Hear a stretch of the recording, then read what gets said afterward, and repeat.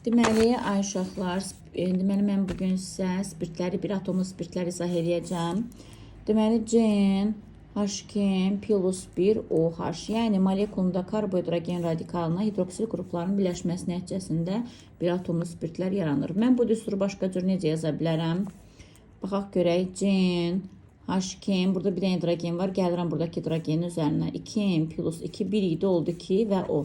İkisi də bir atomlu spirtlərin düsturudur. Yəni, eyni düsturdur. Sadəcə qısa şəkildə yazdım. Ola bilər sizə düşər ki, aşağıdakı variantlardan hansı formullar bir atomlu spirtlərin formulunu göstərir. Əlbəttə, ikisini də götürə bilərsiniz. Götürməlisiniz daha doğrusu. İkisi də bir atomlu spirtlərin formuludur. Elə burada qısa fiziki xassələri qısadır deyənə istəyirəm.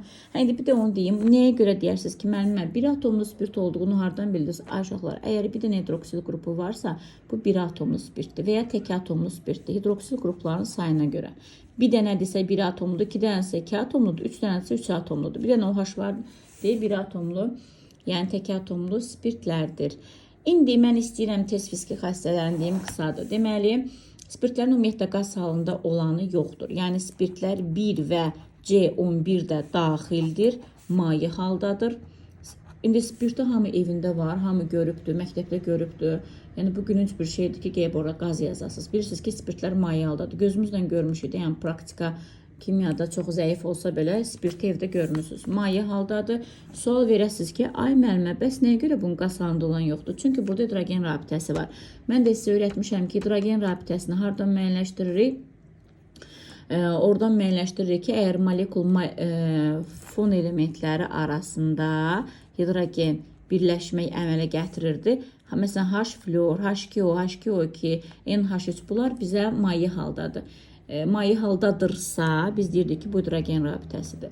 Spirtlər arasında hidrogen rabitəsi olduğuna görə onlar maye haldadır. C12-dən 12 də daxildir, 12-dən yuxarı artıq bərk haldadır. Deməli, maye spirtlər suda qəşəng həll olur 11-də daxil, amma 12-dən yuxarı artıq suda pis həll olur. Biz yazdım, pis həll olur. Yəni, həll olmur da, belə deyək.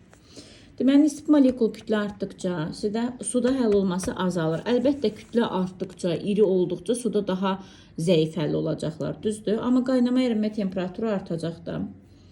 Yəni, nə demək istəyirəm? Tutaq ki, 3 litr su qoyub qaynadıram, o daha tez qaynayar. Yoxsa 1 litr, əlbəttə 3 litr daha gec qaynayar, 1 litr daha tez qaynayar.